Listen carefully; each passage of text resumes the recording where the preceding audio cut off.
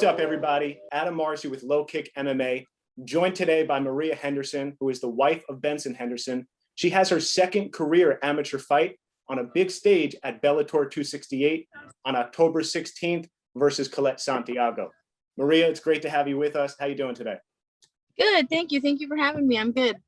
Great, great. So, before this interview, I was on your Tapology page. It said that your nickname was Mouse. Do you care to share, how did that come to fruition, that nickname? Well, Ben and I have two different definitions of it. Mine is like, Crouch would always say I was a mouse because I'd be rolling around.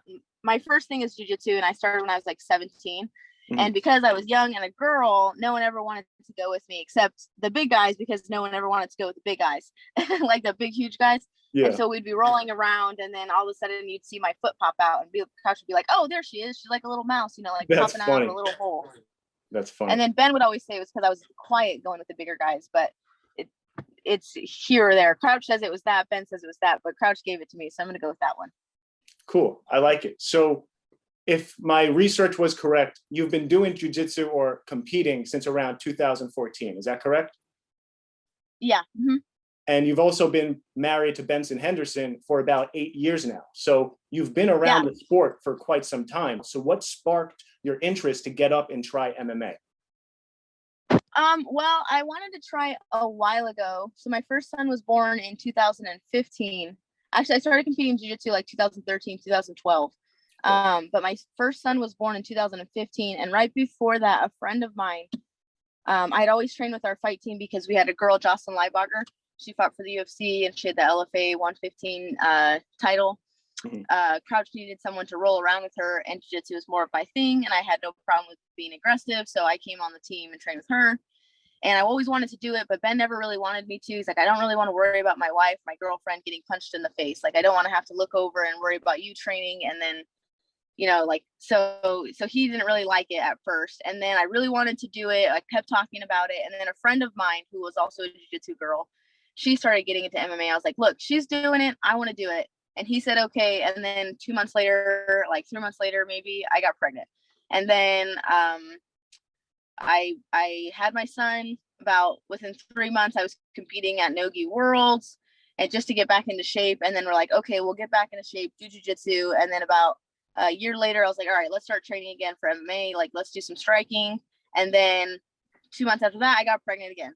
And then I was like, all right, cool. We're going to do this again. After I had my son, my second son, we competed again. I went to go compete at Nogi or Gi Pans or Worlds or whatever. And then I competed twice. And then within 9 months, I was pregnant again. And I was like, oh my God. And I told Ben, yeah, I know. I told him I was going to kill him. He was supposed to go get snipped. And like, he just was competing so much and fighting so much that like, he couldn't take that time off, because for him, it's completely different than someone who sits down at a job all day long. Like, he couldn't work out. He couldn't get on a treadmill, and he was just so active at the time. And then, so Ben and I were like, okay, after this third one, we're going to jump right back in right away. We're not going to do any jiu-jitsu. We're going to focus on MMA. And my third one, I was literally pregnant within 3.5 months. And like, I didn't even know I could get pregnant that fast. Like, Ben and I, within your third what? You were pregnant? My third kid. 3.5 months, I was pregnant after my third son. Wow. Yeah. So, and like, we had no idea we could get pregnant that fast, because like, there's certain things that need to happen, and like, we just had no idea. So then after my daughter, like, I was a mess. And then Ben's like, okay, I'm going to make sure your dreams happen. Like, he was all about it at this point.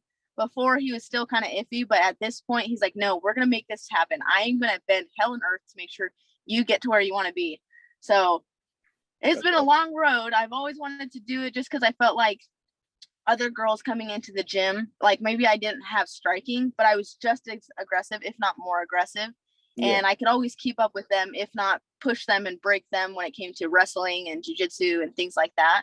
So I know like MMA has a whole nother world with striking and stuff like that. And jiu-jitsu people don't necessarily always do the greatest in MMA, because they tend to kind of be a little bit softer. Sorry. It's all good. They tend to be a little bit kind of softer, I think. But I just felt like I could do it. And so I've always wanted to do it. And I think I know some people want to do it because they think MMA fighters make a load of money. Yeah. They don't. Yeah, well, I mean, recently it's been more publicized. So I think people are starting to learn about it now. Well, still people think they make so much money. I'm like, you guys, they don't. Like a friend of mine just fought in bare knuckle MMA, and she thought he was making like 100 and 100. And I was like, no, not even close. He's making unless you're 1% Mike of that. Tyson going to beat KFC, that's not happening. Yeah. Yeah. So, I mean, I don't really care about the fame. I don't really care about the money. I just wanted to, I guess, beat other people and break other people. So that was my push to go into it. And then it just got pushed off for like 4.5, 5 years. Well, that's interesting. So it sounds like you've wanted to do it for a long time. Having kids got in the way. Would it be safe to say that now that you're officially a fighter, you've had a fight, you're about to get into a fight, are you not planning to have any more kids for the next couple of years? Oh goodness, we were done 2 kids ago. Okay, so we don't know what to expect. No, we're done. Ben went and he got snipped. He broke his leg like a year ago. And as soon as I found out, I called and they were able to get him in the next day. So we were done. So maybe that him breaking his leg kind of gave him enough time to go get that procedure done. Is that accurate? Yeah, for sure. Because he had like a broken leg and a bone contusion, and he just needed time to heal from that. And so it was like really good timing. I was pregnant. We had when my 4th daughter was born, my 4th kid, my daughter was born, our 3rd baby was only 14 months old. So he was still a baby when we found out I was pregnant. So we still had like a 4-month-old to take care of. And then we had a 1-year-old at the time too. And we had a 3-year-old.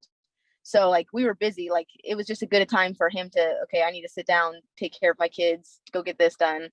And yeah. I understand. You know, Maria, I want to ask you about your motivation for getting into the sport. I think there's a wide range of potential motivations. Some people, they get into the sport because they just want to have a couple of fights and overcome personal adversity and prove something to themselves. And then all the way on the other side of the spectrum, there's people who get in it from day one to become a champion. So when you lay down at night, when you envision your career, do you see yourself becoming the 115-pound champion at Bellator? Of course. I would love to do that for Bellator. They don't have a 115 division yet. I am hoping that I put on a good show, and I know it's only amateur. So here's the thing. Like, I don't want to get too ahead of myself. I know I'm only an amateur. I don't know how much longer I'll be an amateur, but I know I'm only an amateur, and like I'm getting a little bit extra of attention because of my husband. So I don't want people to think like, oh, she thinks she's some hot shot, blah, blah, blah. She's just an amateur. She has no pro fights. But my goal is not just to be an amateur fighter. My goal is to be a professional fighter, to be a 115 champion. Hopefully I could do that in Bellator. Hopefully I get to do that in the UFC. It'd be awesome to have 2 belts. But yeah, I don't, this is way too hard of a sport to just go in it for like shits and giggles. I don't want to do that. I want to be the best in the world. And I think motivational wise, I've had more than enough excuses to not do it, to give up, to like, okay, well, man, I've had so many kids, like it's hard on your body. I could not do it and no one would say anything. Like no one would be like, oh yeah, like, you know, you don't need to, or it wouldn't be like an excuse, you know what I mean? 100%. So I think I've had more than enough reasons, but I also have more than enough motivation to keep going. Like instead of saying, oh, I had kids, my life's over, like people say that, which is dumb. I have kids and I'm going to do it with my kids along the way. You know what I mean? My kids are going to see that their mom didn't give up. Other moms out there, which I've gotten a lot of support from other moms, like it gives me goosebumps to see how much support I've gotten from other moms to like keep going, to start training, to compete. And that's a really big motivation, to show them that I didn't give up after having kids. Right away, I was competing and training, even though it was really hard. I was barely sleeping. I was still nursing a baby. So I have a lot of motivation for other moms to keep going, and to show my kids that they don't give up just because something's hard or just because the cards don't stack in their favor.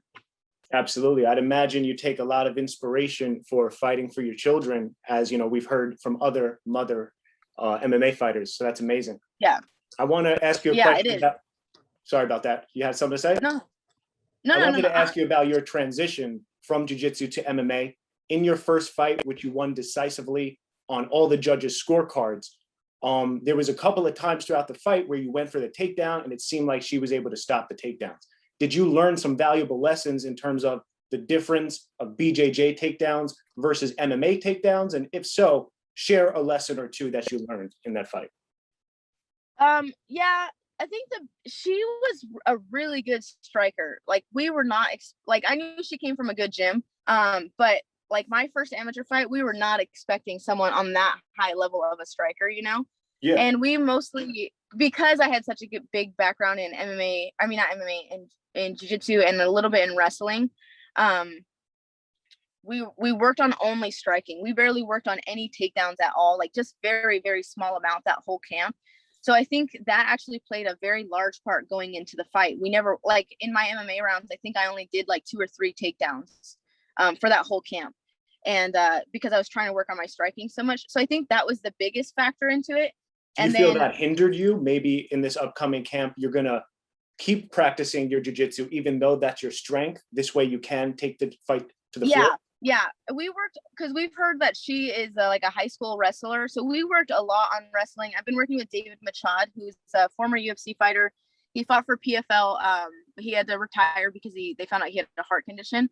And I've been working a lot with my shots with him, with my striking, not just striking, and it's helped a lot. But in the other fight, like I think it was I think that had a large part to do with it. We just didn't do it. We didn't do any sort of extra shots. We did a little bit in our like wrestling practices, you know, but my focus was striking. And I had my last 2 kids were so back to back that it really messed up my hips and my pelvic, like my whole core. So it was really hard for me to do stuff like that, like really, really hard. And like there was almost no strength there at all. I couldn't recruit the muscles. So it felt like my hips were dragging underneath me. And I just started working with a newer therapist before this camp. And she's helped me a lot. So now it's like I'm good to go. I can wrestle. I can feel the strength. I have the confidence there. But before I didn't necessarily have the confidence and the consistent practice. But now I have it all. And I feel really good going into this camp. But either if she takes me down, well, that's a bummer, we're on the ground, or I take her down. Either way, I feel like I'm finishing her on the ground. Awesome. I appreciate that prediction. I think it's interesting. That's something we don't hear very often from the mother MMA fighters, about how giving birth and the time off can not only, you know, maybe get you a little bit out of shape, but also it affects your pelvic alignment, which hips are obviously huge in jiu-jitsu and just in fighting in general. So maybe we'll hear a bit more about that. So the next question I want to ask you is, because I think everybody who's watching this interview, who knows about your fight, and me personally, I was surprised that your second career amateur fight is on a Bellator card. I didn't know there was many amateur fights on Bellator cards, and it's only your second fight. I'd imagine you want a smaller show. So my question is, did all of your time around MMA and around the UFC, because of Benson, obviously, did this help prepare you for such a big stage in only your second fight? I guess so. Like, it is pretty surprising. I really like the people over at Bellator, and when Ben was getting told about the fight, he's like saying, "Oh man, I wish Maria would have gone pro by now. You know, it would have been awesome." They're like, "We can get her an amateur fight." And so they did. I know Ben wanted to have me corner him once or twice for fights to get ready for this. He's pretty big into that. Like the guys he thinks are going to get into the UFC or Bellator, he likes to bring them around for his fights. So they're used to all that attention, all the lights and all that kind of stuff. And although I haven't necessarily cornered him, I've been to, I counted this as Ben's 39th professional fight, and I've been to over 20 of them. So, and I've gotten a lot, especially when he had the belt, I got a lot of attention just from being his wife, you know what I mean? Yeah. So I don't necessarily think the attention's going to be that big of a deal. Was that your question? Sorry. Yeah, I said, did all of your experiences around the UFC and Benson's fights, did that help prepare you to step onto the big stage and not be so nervous like some other people might be? Oh, yeah. And I think a lot of people, they go in there with deer in the headlights when they're that thing. And my big thing is that I'm just grateful for the opportunity, and I don't want to look at it like, oh, this is a huge stage. It's the same thing we do every single day in the gym. Like whether there's a bigger crowd, it's a bigger arena, it's just a different place. Honestly, it's just more of live sparring in a different place. I'm grateful to be there. I'm happy to be there. I do get nervous, like I do get butterflies, but I want to be there. So like, I just got to tell myself, yeah, I'm super excited. Like I'm grateful for the opportunity to be there. I'm really excited to be there. bigger stage, whatever. It's just the same thing we do in the gym every single day. That's awesome. So it looks like we're running a little bit low on time. I just have two really quick questions for you. This next question is one that I'm going to ask Benson at 2 p.m. and I'm curious to compare your answers. Now that you've been inside the cage and you've wait. Can you say that again? Sure. This next question is one that I'm going to ask Benson at 2 p.m. and I'm curious to compare your answers. Obviously, you've seen him step inside the cage, and now you've stepped in the cage on your own. So what's more gut-wrenching, watching your husband or doing it yourself? Ooh, probably watching my husband. Honestly, I wasn't nervous for my last fight at all. I was super nervous all my rounds, but when we actually started walking out for the fight, I was good to go. No butterflies at all. But watching my husband, it's hard watching your spouse get hit in the face. Like, it's scary. Yeah. People are literally trying to knock him out, you know? So that is scary. So I would say that's definitely more gut-wrenching, is watching him than me. Appreciate it. He has higher stakes than me right now. Yeah, definitely. So here's the last question. We're doing a compilation of fighter predictions for Oliveira versus Poirier. So who do you think's going to win, and what's your prediction? I know you're a BJJ girl, so you're probably a little biased for Oliveira, right? No, I was just going to say Oliveira is like, I think from the very get-go, he's always had a lot of potential, and he can do some really wild, crazy stuff. But Poirier is not bad on the ground. Like, he's pretty good. He's been around. He's been around for a long time. So I'm going to go with Poirier just because I really like him. Yeah, awesome. But Oliveira could surprise everybody. But I think Poirier does well with people who can do some crazy stuff. He stays composed. Yeah, he's faced the best of the best. So before we part ways, just want to tell you, Maria, I was so impressed with your last fight, how you overcame adversity in the beginning of the fight, your check right hook, your knees. There was a lot of things that were really impressive, and I look forward to watching your career develop over the next however long you choose to fight. Thank you. I appreciate it. All right, Maria, it's been great talking to you. We'll speak again soon. Make sure to subscribe to the LowKick MMA YouTube channel for all the latest news, event previews, and interviews with some of the biggest stars in MMA.